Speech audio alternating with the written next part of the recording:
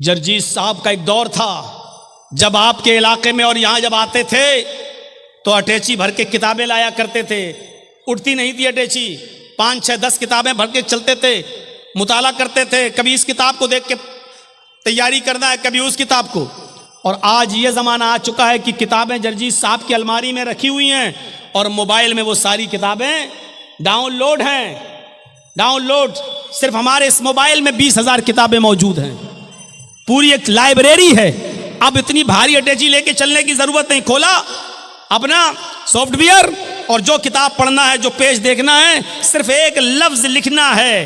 जैसे देखना है अल्हम्दुलिल्लाह रब्बिल आलमीन, यह आयत कुरान में कहाँ है, बस अलहम्द टाइप करके क्लिक कीजिए, पूरी आयत आ गई अल्हम्दुलिल्लाह रब्बिल आलमीन। और अलहम्द का लफ्ज पूरे कुरान में कितनी जगहों पर आया, पूरी की पूरी एक लिस्ट आ गई। आज जमाना यह है और आज मौजूदा दौर में आपको अपने मदरसों को इस तरह स्ट्रांग बनाना है और मजबूत बनाना है कि आपके बच्चे दीन की तालीम भी हासिल करें और किसी यूनिवर्सिटी में जाएं तो उनको चैलेंज दे सकें और उनके चैलेंजों को सुनकर उनको जवाब भी दे सकें। मेरे भाइयों, मुझे वो दौर याद है और आज भी वो दौर को मैं सोचता हूं तो फख्र करता हूं जब एक बार दिल्ली के जामिया मिल्लिया में हमारा फंक्शन था और मुझे मेहमान खुसूसी के तौर पर बुलाया गया था दिल्ली की जामिया मिल्लिया में। और वहां के स्टूडेंट से जब मेरा खिताब था तो जानते हो, लास्ट में उधर टाइम दिया गया था मुझे, तो एक लड़की आई थी जामिया मिल्लिया की, कम्युनिस्ट ख्याल की थी, शायद वो किसी मजहब को नहीं मानती थी। वो आकर स्पीच में कहती है कि इस्लाम 1400 साल का पुराना हो चुका है, इस्लाम को भी मौजूदा हालात के तहत बदलना चाहिए, कुछ चेंजिंग आनी चाहिए। हर चीज जब पुरानी हो जाती है तो उसको रिजेक्ट कर दिया जाता है और उसकी जगह पर नई चीज लाई जाती है। उसने मिसाल दी कि जब मकान पुराना हो जाता है तो उसको गिराकर नया मकान बनाया जाता है, जब टेबल पुरानी हो जाती है तो उसकी जगह पर नई टेबल आती है, किताबें फट जाती हैं तो नई किताबें ली जाती हैं, माइक पुराना हो जाता है तो नया माइक लाया जाता है। हर पुरानी चीज को हटा दिया जाता है और नई चीज को लाया जाता है। लिहाजा इस्लाम भी 1400 साल का पुराना हो चुका है। इस्लाम के ये हकाम के चोर के हाथ काटो, जानी को पत्थरों से मार मार के संसार कर दो, बलात्कारी को, ये 1400 साल पुरानी बातें हैं जो पुरानी हो चुकी हैं। अब इस्लाम को भी चेंज होना चाहिए, इस्लाम को भी बदलना चाहिए। और उसने दौरान तकरीर ये भी कह दिया था कि जर्जीस साहब चीफ गेस्ट की हैसियत से आए हैं, मैं इनसे गुजारिश करूंगी कि ये लोगों को बताएं और मॉडर्न माहौल के हिसाब से इस्लाम को पेश करने की कोशिश करें। या तो उसके बाप ने उसको सही तरबियत नहीं दी थी या फिर उसका जहन कहीं खराब था। बहरहाल उस लड़की की तकरीर खत्म हुई, फिर 2-4 लोग और बोले और लास्ट में जब मेरा नंबर आया तो मैंने आधे घंटे का टाइम था, मैंने 15 मिनट 20 मिनट और स्कूल और कॉलेज के बारे में बोला। उस जमाने में ये मोबाइल का जमाना नहीं था और ये ज़माना नहीं था, वीडियो नहीं बनती थी, आइडियो में कोई तकरीर होगी हमारे पास। मेरे प्यारे साथियों, उस ज़माने में फिर लास्ट के 10 मिनट को मैंने लिया और लेने के बाद मैंने कहा कि हमारी एक बहन आई थी, वो कह रही थी कि इस्लाम को भी बदलना चाहिए, 1400 साल पुराना हो चुका है। हमारी सिस्टर को पता नहीं इस्लाम कुदरती मज़हब है, इस्लाम नेचुरल है और कुदरती और नेचुरल चीजें नहीं बदलती हैं। मसनूई चीजें, आर्टिफिशियल चीजें बदली जाती हैं, कुदरती चीजों में तब्दीली नहीं होती है।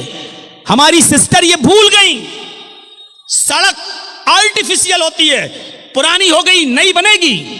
आपकी टेबल आर्टिफिशियल है, पुरानी हो जाएगी नई आएगी। लेकिन मुझे एक भी कोई कुदरती चीज ऐसी बताइए, मेरी बहन मुझे एक भी नेचुरल चीज ऐसी बताइए जो पुरानी हो और बदल गई हो।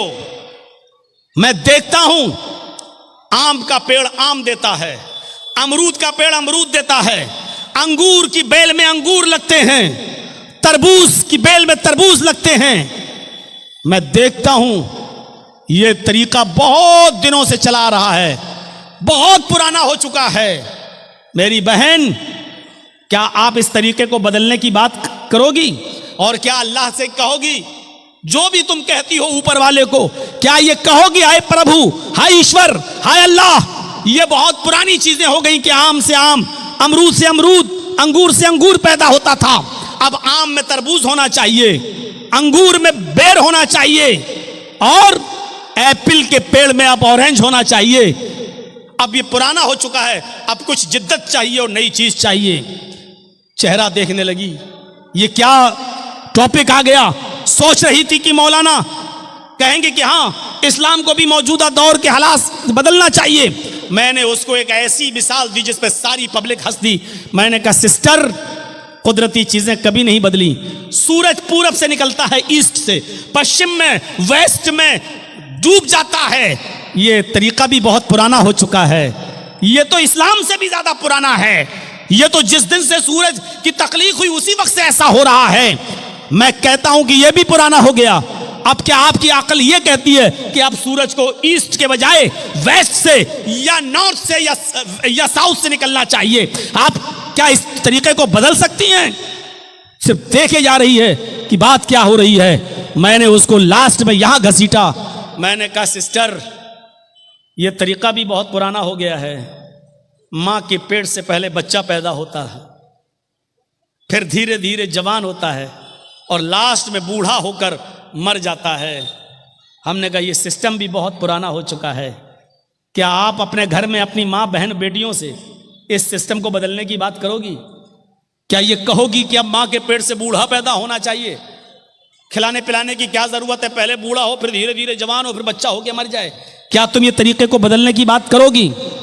फिर मैं थोड़ा जोश में आया और फिर मैंने चीखते हुए कहा, मेरी बहन, ये सारी कुदरती चीजों को तुम नहीं बदल सकती हो। चलो, अपने कॉलेज के प्रोफेसर बैठे हुए हैं तुम्हारे जामिया मिल्लिया के, इनसे कहिए कि 2-2, 4 और 4-4, 8 ये पढ़ाते हुए तुम्हें जिंदगी हो गई है और ये तरीका भी बहुत पुराना हो चुका है। मैथमेटिक्स के इस उसूल को बदलिए। अब 2-2, 3 और 3-3, 5 पढ़ाइए। आपके कॉलेज के प्रोफेसर इस तरीके को बदल कर दिखा दें। और जब ये चीजें नहीं बदल सकती तो इस्लाम भी नहीं बदल सकता। इस्लाम कुदरती निजाम है। इस्लाम का निजाम अल्लाह की तरफ से है और कुदरती चीजों में तब्दीली नहीं होती है। आपको इस्लाम लाना है तो वही पुरानी चीजों पर अमल करना होगा। दुनिया कहती है कि बहुत तरक्की कर रही है, आगे की तरफ देख। मैं कहता हूं कि तुम 1400 साल पीछे की तरफ देखो, बहुत तरक्की कर जाओगे। मेरे प्यारे साथियों, जब तक कुरान का नुज़ूल नहीं हुआ था, जब तक इस दुनिया में कुरान नहीं था, बायो नहीं थी, कुरान नहीं था, साइंस नहीं थी, कुरान नहीं था, फिजिक्स नहीं थी, कुरान नहीं था, केमिस्ट्री नहीं थी, कुरान नहीं था, ज्योग्राफिया नहीं था, कुरान नहीं था, भूगोल नहीं था। ये सारे इल्म देन है कुरान के, क्योंकि कुरान इन तमाम उलूम से भरा पड़ा है और कयामत की सुबह तक सारे उलूम जो कुरान में छिपे हैं एक एक करके सामने आते रहेंगे। क्योंकि कुरान में साइंस भी है, कुरान में टेक्नोलॉजी भी है, कुरान के अंदर फिजिक्स भी है और कुरान के अंदर केमिस्ट्री भी है, कुरान के अंदर मैथ भी है, कुरान के अंदर साइंस भी है, कुरान के अंदर बहुत कुछ है। कुरान एक इल्म का समंदर है, इल्म का समंदर। और इसीलिए तो अल्लाह के नबी ने फरमाया, खैरुकुम मन तअल्लमल कुरान व अल्लमा, तुम में सबसे बेहतर लोग वो हैं जो कुरान को खुद सीखते हैं और दूसरों को सिखाते हैं। मैं ये नहीं कह रहा हूं फिजिक्स पढ़ने और पढ़ाने वाले अच्छे नहीं हैं, मैं ये नहीं कह रहा हूं बायो पढ़ने और पढ़ाने वाले अच्छे नहीं हैं, मैं ये नहीं कह रहा हूं केमिस्ट्री पढ़ने और पढ़ाने वाले अच्छे नहीं हैं, मैं ये नहीं कह रहा हूं कि वो अच्छे नहीं हैं, मैं ये कह रहा हूं सबसे अच्छे लोग वो हैं।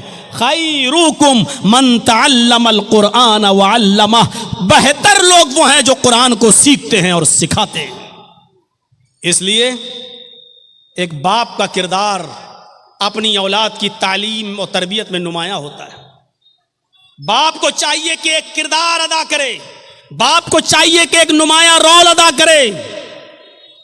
बगैर उस रोल के जिंदगी अपने बच्चों की नहीं बना सकता है।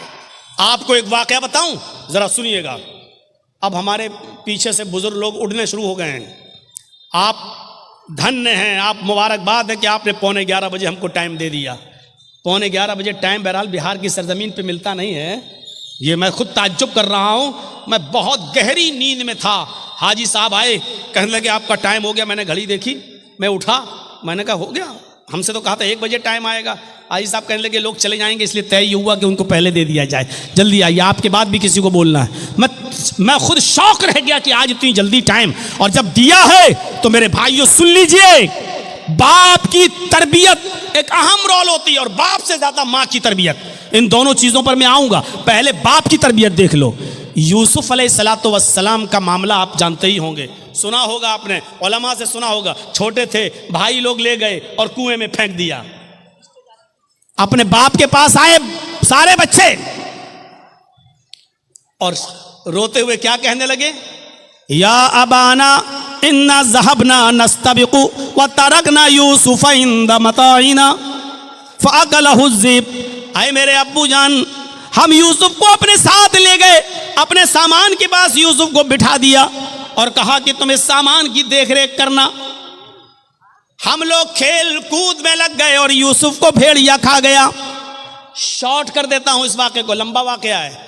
यूसुफ अलैहिस्सलातु वस्सलाम कुएं में फेंक दिए गए।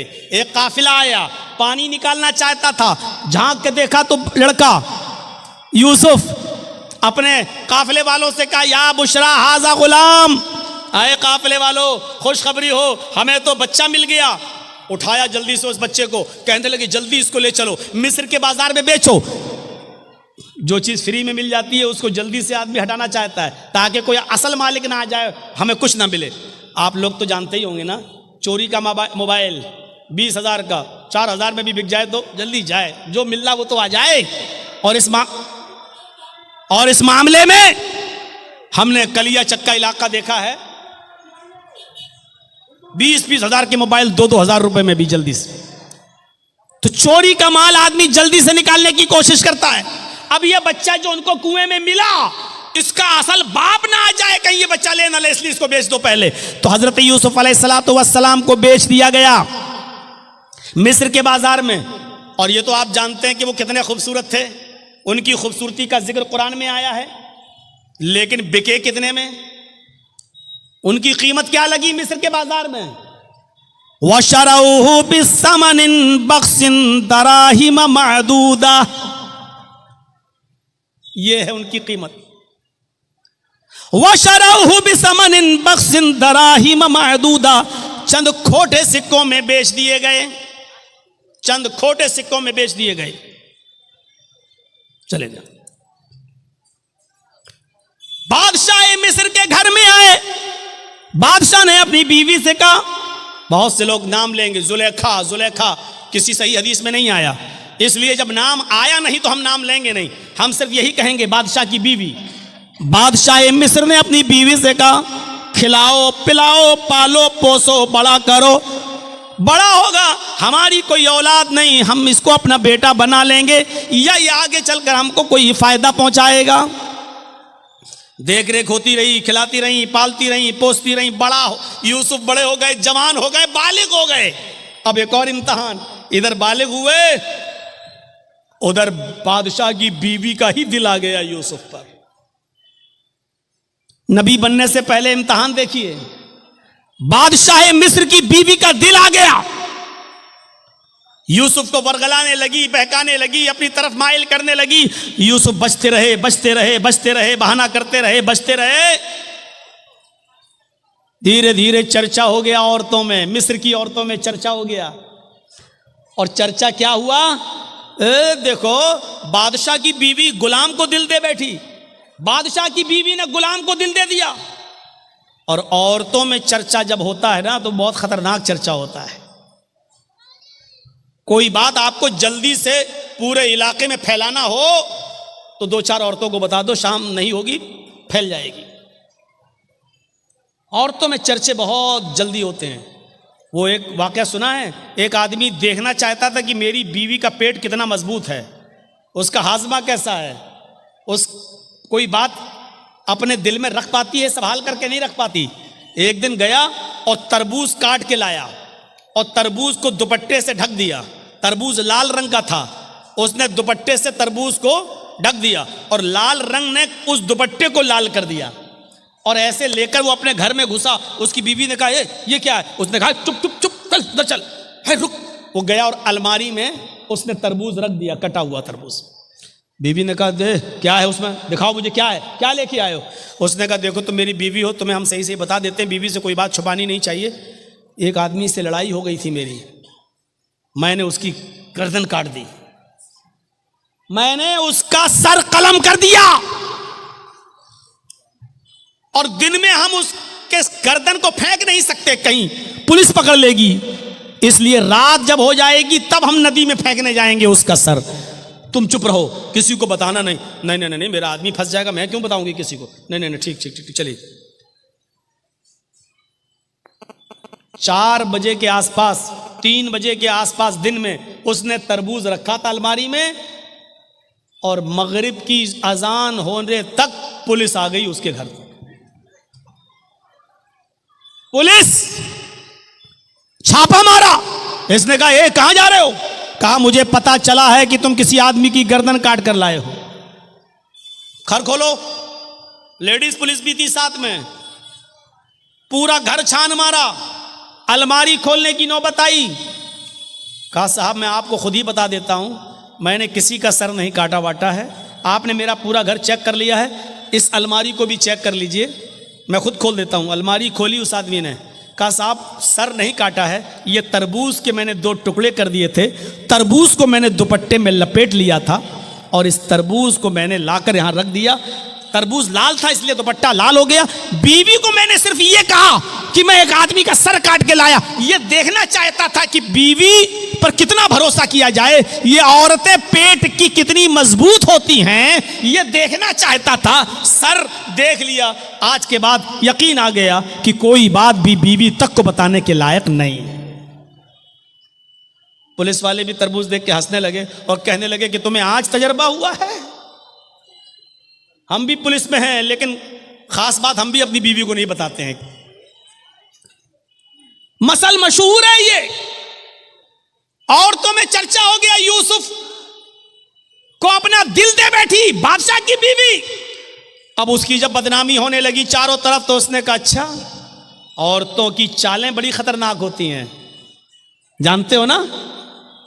और ना जानते हो तो मैं आपको बताऊं, मेरी मां बहनें नाराज हो रही होंगी, ये मौलवी क्या कह रहा है, गुस्सा मत होइए। कुरान ने खुद कहा है इन्ना कैदा कुन्ना अजीम, इन औरतों की चालें बहुत खतरनाक होती हैं। औरतों की चाल, सिर्फ खड़े होकर अगर 2 आंसू बहा दे तो आप दीवाने हो जाएंगे। ओह कितना जुल्म हुआ है बेचारी पर, देखो बेचारी कैसे रो रही है। अरे इसके आंसुओं ही में तो सारे जुल्म छिपे हुए हैं। कितनी जल्दी आदमी, 4 तरफ आदमी और खड़ा हो, वो औरत रो दे बीच में तो चारों को हमदर्दी आ जाएगी। बहन रोते नहीं है, अरे नहीं नहीं नहीं, सब उससे हमदर्दी करने लगेंगे। कुरान की आयत पर एतबार करिए, इन्ना कैदा कुन्ना अज़ीम, इन औरतों की चालें बड़ी खतरनाक होती हैं। अब बादशाह मिस्र की बीवी ने चाल चली, सारी औरतों की दावत दे दी, सारी औरतों को बिठा दिया, एक एक फल सबको सामने फल रख दिए, एक एक छुरी दे दी और कहा जाओ फल खाओ। सारी औरतें काट काट के फल खाने लगी। इधर यूसुफ से कहा यूसुफ इनके सामने से गुजर जाओ। यूसुफ अलैहिस्सलाम उन औरतों के सामने से गुजरे। उन औरतों ने जैसे ही देखा यूसुफ अलैहिस्सलाम के हुस्न को, उनकी खूबसूरती को, इधर देखा उधर फल के बजाय हाथों पर उंगलियां, छुरियां चला दी। उंगली कट रही है और वो देखती चली आ रही हैं। उंगली कट रही है लेकिन देख रही हैं, तकलीफ नहीं हो रही है। कभी कभी आप बहुत तेज एक्सीडेंट कर जाएं और आपका सर किसी दीवार से बहुत तेज टकरा जाए तो उस वक्त आपको तकलीफ नहीं होगी। 15 मिनट के बाद, 20 मिनट के बाद, आधे घंटे के बाद आपको दर्द की तकलीफ होगी। ऐसे ही ये औरतें यूसुफ के हुस्न को देखकर शस्त्र रह गईं। हाथों की उंगलियां कट कट के जमीन पर गिर रही हैं, लेकिन इन औरतों को तकलीफ नहीं हो रही है। और उंगली कटी नहीं थी, ऐसे छुरी चल गई हो ना, थोड़ी सी कट गई नहीं। कत्ता आई दिया हुन्ना, अरबी जबान में कता यक्ताओं के माना काटना और कत्ता युकत्तो तख्ती के माना होते टुकड़े टुकड़े करना। उन औरतों ने अपनी उंगलियां काटी नहीं थी बल्कि कट कट के गिरने लगी, टुकड़े टुकड़े होने लगी। अल्फाज की ज्यादती माना की ज्यादती पर दलालत करती है। उन औरतों की उंगलियां कई जगह से कटी और चीख कर कहने लगी मा हाजा बशरा, मा हाजा बशर, ये कोई इंसान है ही नहीं। आए बादशाह मिस्र की बीवी, तू किसको दिखा रही है? ये तो इंसान लगता ही नहीं है। इन हाजा इल्ला मलकुन करीम, ये तो कोई बुजुर्ग फरिश्ता नजर आता है, ये तो कोई फरिश्ता दिखाई देता है, फरिश्ता दिखाई देता है। यानी अभी सिर्फ बादशाह मिस्र की बीवी का दिल था, अब मिस्र की सारी औरतों का दिल आ गया। अब सारी चाहने लगी यूसुफ मेरे हो जाएं, यूसुफ हमारी तरफ माइल हो जाएं। अब बादशाह की बीवी ने कहा, देखा तुम ताने मारती हो ना, अब बताओ मेरा क्या कसूर है, बताओ मेरी क्या गलती है? जो मैं चाहती हूं यूसुफ से वही तो तुम लोग भी चाह रही हो, बताओ मेरा क्या कसूर है? और वही धमकी दी बादशाह की बीवी ने। जरा धमकी सुनिए। आए औरतों, आए मिस्र की मिस्र वालियों, अगर इस लड़के ने, इस जवान ने, इस यूसुफ ने अगर मेरा इरादा पूरा नहीं किया, मेरी बात नहीं मानी, इशारा आप समझ रहे होंगे, आए मिस्र की औरतों, अगर यूसुफ ने मेरी बात ना मानी, अगर मेरा इरादा पूरा ना किया, मेरी बात ना मानी और मेरे साथ वो काम नहीं किया जो मैं चाहती हूं, अगर ये मेरे करीब ना आया तो इसको सख्त से सख्त सजा दिलवाऊंगी या जेल के अंदर सड़वा दूंगी। जेल के अंदर सड़ेगा, ये जेल के अंदर अपनी पूरी जिंदगी गुजारेगा। जब यूसुफ अलैहिस्सलाम को ये धमकी मिली कि ये कह रही है अगर इसने मेरी बात ना मानी तो सख्त से सख्त सजा दिलवाऊंगी या जेल में सड़ा दूंगी, तो आसमान पे नजरें डाली यूसुफ अलैहिस्सलाम ने और अपने रब को पुकार कर क्या फरमाया, रब्बिस सिजनु अहब्बु इलैया मिम्मा यदऊननी इलैहि। आए मेरे रब, आए मेरे परवरदिगार, मुझे जेल की जिंदगी ज्यादा महबूब है, मुझे जेल में जाना ज्यादा पसंद है, मुझे जेल में रहना ज्यादा गवारा है, मैं जेल में पूरी जिंदगी गुजार लूंगा, मुझे जेल में जाना ज्यादा महबूब है, पसंद है। लेकिन वो काम करना मैं तैयार नहीं, वो काम गवारा नहीं जिस काम के लिए ये औरतें मुझे बुला रही हैं। यानी एक नहीं बुला रही थी, कई औरतें बुला रही थी सारी। तो क्या कहा, आय अल्लाह, जेल में जाना पसंद है लेकिन वो काम करना पसंद नहीं जिसकी तरफ ये मुझे बुला रही हैं। यदऊननी इलैहि, जमा मुअन्नस गायब का सेगा, एक औरत नहीं कई औरतें थी जो ये कह रही थी आए यूसुफ हमारे पास आ जाओ। और यूसुफ ने कहा, अल्लाह मुझे जेल जाना पसंद है लेकिन वो काम करना पसंद नहीं है जिस काम के लिए ये औरतें मुझे बुला रही हैं। अब तेरी मदद मुझे चाहिए। और मदद क्या चाहिए, व इल्ला तसरिफ अन्नी कैदहुन्ना, इनकी चालों से मुझे बचा ले। अगर तूने मुझे इनकी चालों से न बचाया, अगर तूने मुझे इनकी चालों से महफूज न रखा, असबु इलैहिन्ना, तो मैं भी इनकी तरफ माइल हो जाऊंगा, मैं इनकी चालों में फंस जाऊंगा, मैं इनकी चालों में गिरफ्तार हो जाऊंगा। व अकुम मिनल जाहिलीन, और जाहिलों नादानों में मेरा शुमार हो जाएगा। यानी औरतों की चालों से बचने के लिए यूसुफ अलैहिस्सलाम भी दुआ कर रहे हैं अल्लाह से, कहे अल्लाह मैं जेल में चला जाऊंगा ये पसंद है लेकिन वो काम करना पसंद नहीं है जिसकी तरफ ये मुझे दावत दे रही हैं। हाँ, लेकिन तू मुझे इनकी चालों से बचा ले। पता नहीं कौन सी चालें हैं, पता नहीं कैसी कैसी चाल ये इस्तेमाल करके मुझे अपनी तरफ माइल कर लें, इसलिए मेरे परवरदिगार तू मुझे बचा। और फिर भी यूसुफ अलैहिस्सलाम चाल से बच नहीं सके।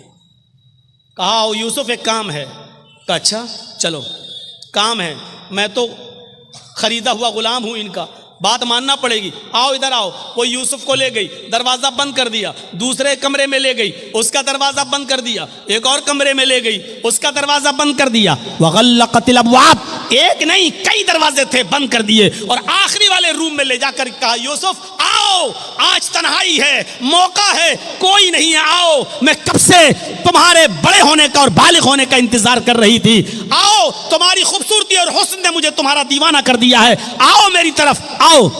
यूसुफ अलैहिस्सलाम ने कहा माअज़ल्लाह, अल्लाह की पनाह, क्या इसीलिए तुम मुझे यहां लेकर आई हो? वहां से भागते हैं, औरत भी पीछे पीछे भागती है, पहले दरवाजे से भागने में कामयाब हो गए, दूसरे दरवाजे पे पहुंचे, औरत भी पीछे पीछे भाग रही है, दूसरे दरवाजे से निकलने में कामयाब, तीसरे दरवाजे पर पहुंचते हैं, दरवाजा पकड़ के खोल ही रहे हैं कि पीछे से औरत आती है और उनकी कमीज पकड़ के खींचती है, पीछे से कमीज फट जाती है, पीछे से कुर्ता फट जाता है। यूसुफ अलैहिस्सलाम का पीछे से कुर्ता फटता है, सामने का दरवाजा खुलता है, दरवाजा खुलता है तो क्या देखते हैं, उस औरत का शौहर खड़ा है, बादशाह सामने खड़ा है। इस औरत ने फौरन इल्जाम लगाते हुए फरमाया, आए मेरे सरताज, आए मेरे शौहर, जो तुम्हारी बीवी पर गलत नजर डालकर उसके साथ बुरे काम के इरादे से अंदर दाखिल हो जाए, बताओ उसकी सजा क्या होनी चाहिए सिवाय जेल के? मक्र फरेब करके यूसुफ अलैहिस्सलाम को जेल पहुंचा दिया गया। मुफस्सिरीन का इख्तिलाफ है, किसी ने लिखा 7 साल जेल में रहे, किसी ने लिखा 10 साल जेल में रहे। बहरहाल एक लंबी मुद्दत जेल में काटी। ख्वाब की ताबीर का इल्म दिया गया। इधर मिस्र में कहत पड़ गया, बादशाह बड़ा परेशान।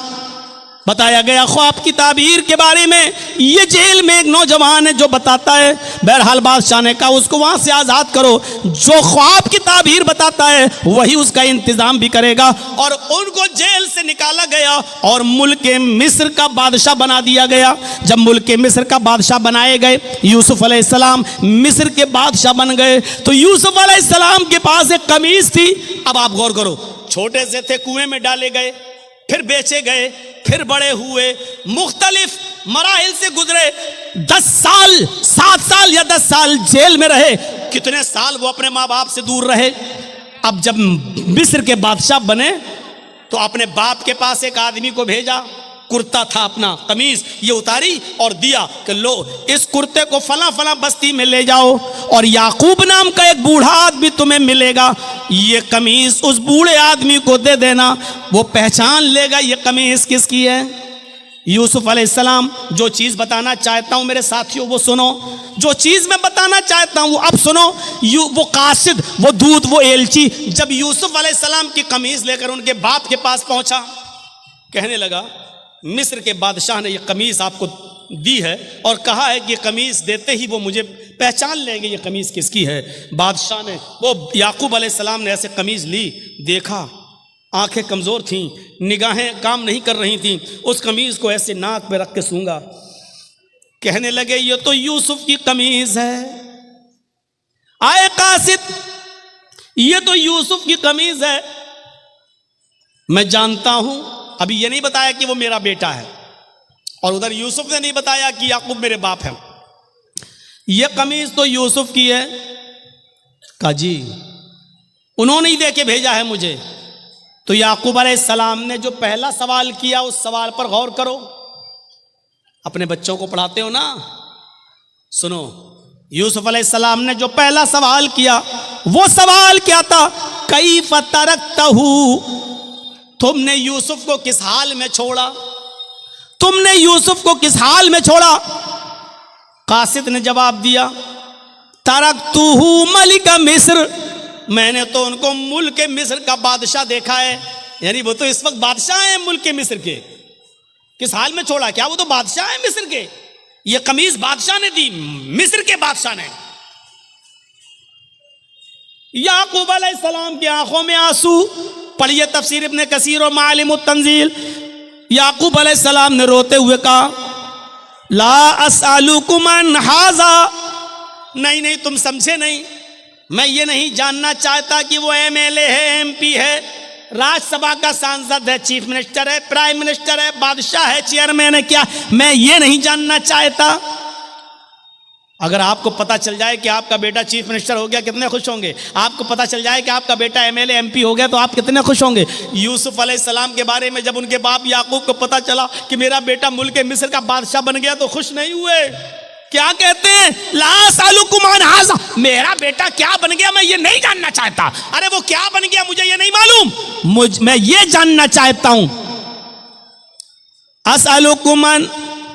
असअलुकुम अन अय्यदीन तरक्तहू, मैं ये जानना चाहता हूं कि तुमने उस आदमी को किस दीन पर देखा है, किस दीन पर छोड़ा है, यानी उसका दीन क्या है, उसका मजहब क्या है। याकूब अलैहिस्सलाम को इतने दिनों के बाद भी फिक्र हुई तो ये हुई कि मेरे बेटे यूसुफ का दीन क्या है, उसका मजहब क्या, उसकी तरबियत अच्छी हुई कि नहीं हुई, वो अच्छे माहौल में पला कि नहीं पला, नाकारा तो नहीं हो गया। याकूब अलैहिस्सलाम ने पूछा असअलुकुम अन अय्यदीन इन तरक्ता, तुमने उसको किस दीन पे छोड़ा? तो कासिद ने जवाब दिया अच्छा दीन के बारे में जानना चाहते हो कि हाँ। कहा काल यशहदु अन ला इलाहा इल्लल्लाह, मैं उसका दीन नहीं जानता, बस इतना जानता हूं कि वो लोगों से ये कहता है कि अल्लाह के अलावा कोई माबूद नहीं, वो लोगों से ये कहता है कि एक अल्लाह की इबादत करो, अल्लाह के अलावा तुम्हारा कोई माबूद नहीं, उसी की इबादत करो, उसी को सजदा करो, उसी से मांगो। याकूब अलैहिस्सलाम कहते हैं अल्हम्दुलिल्लाह अल्हम्दुलिल्लाह मैं अपने बेटे की तरबियत से खुश हूँ कि इस हाल में और बादशाह बनने के बाद भी, मुख्तलिफ मराहिल से गुजरने के बाद भी वो अपने रब को नहीं भूला, वो अपने अल्लाह को नहीं भूला। तो कुरान की तालीम अल्लाह की मार्फत इंसान को बताती है।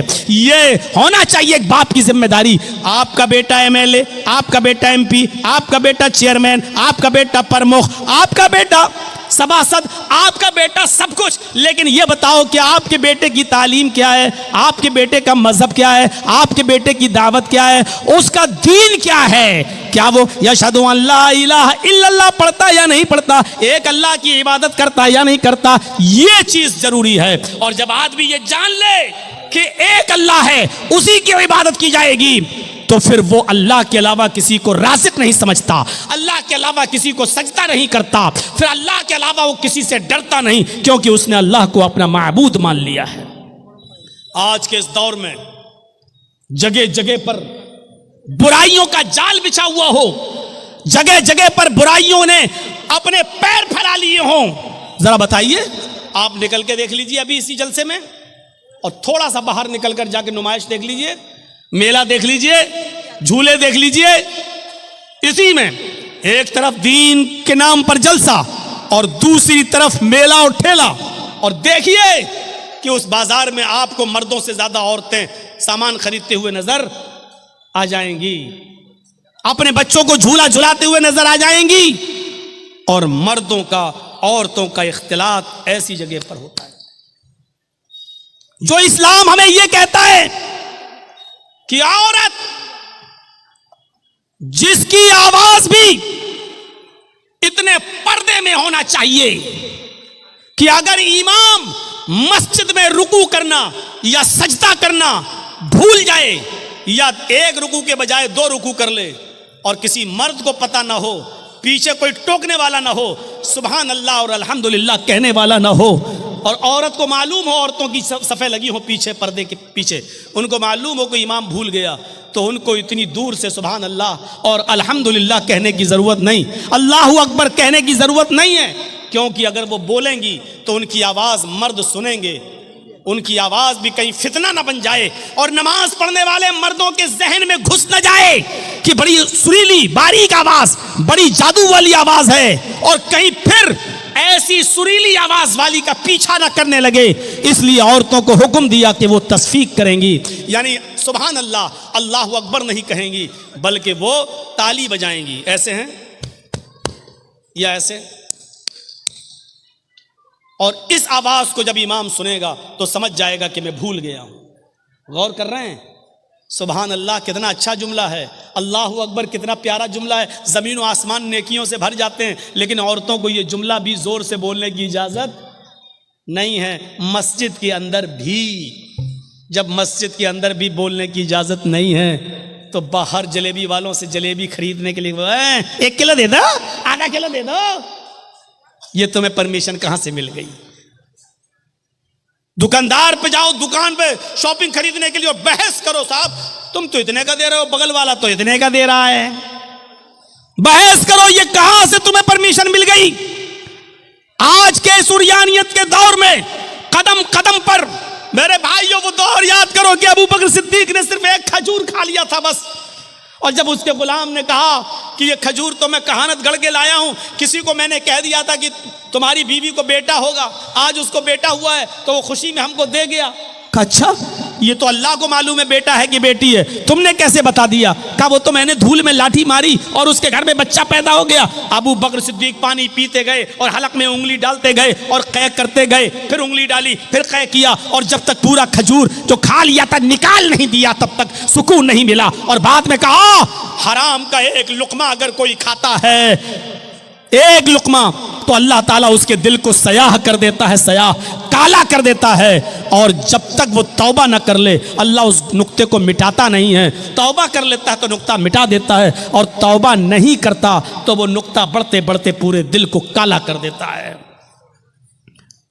आज कदम कदम पर आप देख लीजिए, हमको एक वॉशिंग मशीन खरीदना है, वॉशिंग मशीन वाला कह रहा है साहब वॉशिंग मशीन 15,000 की है। आप ऐसा करते हो कि नहीं करते हो? साहब 15,000 रुपए तो नहीं है, 5,000 रुपए ले लो और बकिया किस्तें बांध लो। और किस्तें बांध दी गई, किस्तें बांध दी गई।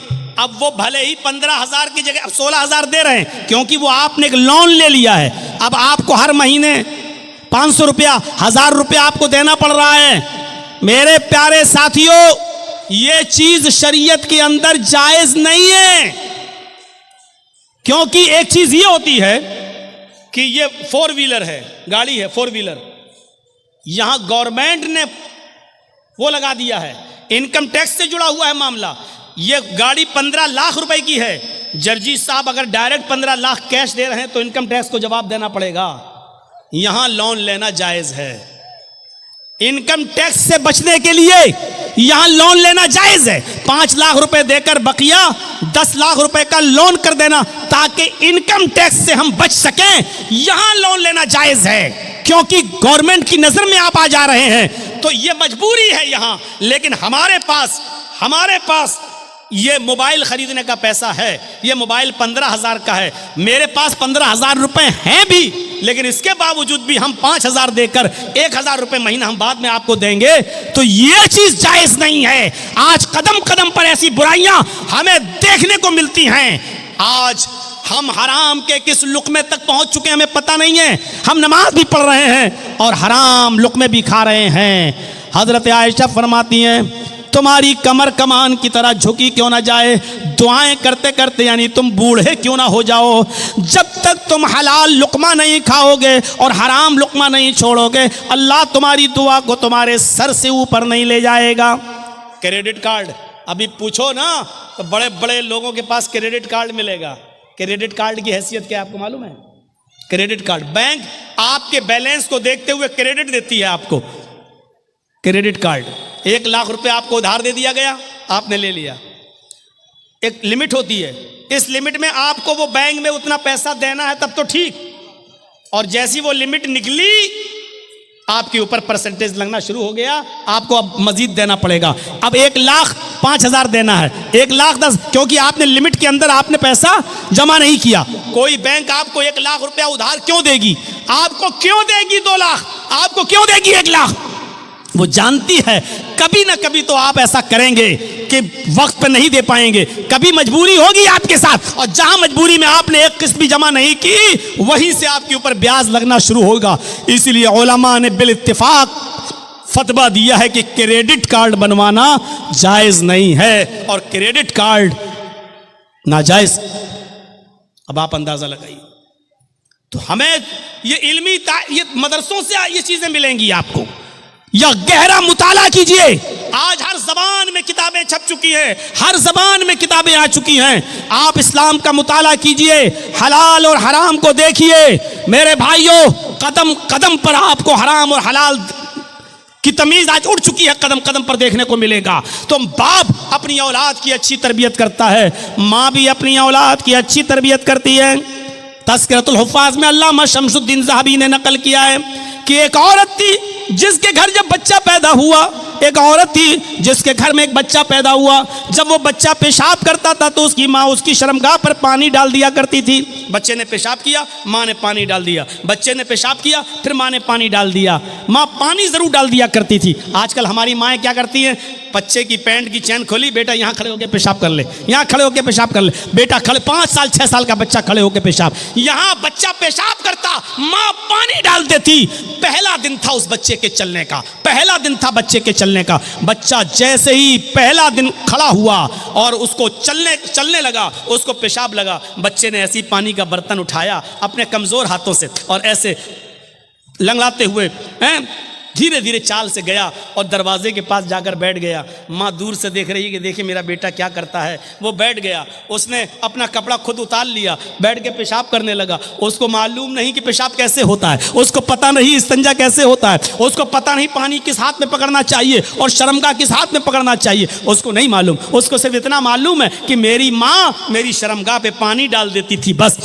उसने पेशाब किया और पानी अपनी शर्मगाह पे ऐसे ऐसे लिया और ऐसे डाल लिया, ऐसे अपनी शर्मगाह पर पानी डाल लिया, ऐसे लिया और ऐसे पानी उड़ेल लिया।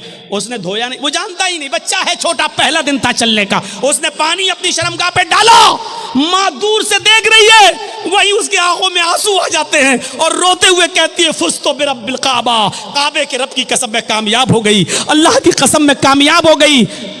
मैं जो सिखाना चाहती थी अपने बच्चे को मैंने वो सिखा दिया, मैं जो सिखाना चाहती थी अपने बच्चे को मैंने सिखा दिया। मैं यही सिखाना चाहती थी कि मेरा बेटा पैंट की चैन खोल के खड़े होकर गधे और कुत्तों की तरह पेशाब न करे। मैंने बहुत कुछ कह दिया है, गधे और कुत्तों की तरह पेशाब ना करे। अक्लमंद होगे तो समझ गए होगे कि मैंने क्या कहा है, और नहीं होगे तो एक कान से सुन के दूसरे कान से उड़ा दोगे। ये तालीम आपको माँ की गोद से मिलेगी। मदर्स लेप is first college for children. माँ की गोद बच्चे का पहला मदरसा है, या इन दीनी मदरसों से मिलेगी। आप बड़े बड़े यूनिवर्सिटी देख लो, पूर्णिया मेडिकल कॉलेज देख लो, किशनगंज मेडिकल कॉलेज देख लो, जामिया मिल्लिया JNU, बड़े बड़े कॉलेजेस और यूनिवर्सिटीज देख लो। यहां से पढ़ के निकलने वाले बड़े बड़े डॉक्टरों को, इंजीनियरों को देख लो।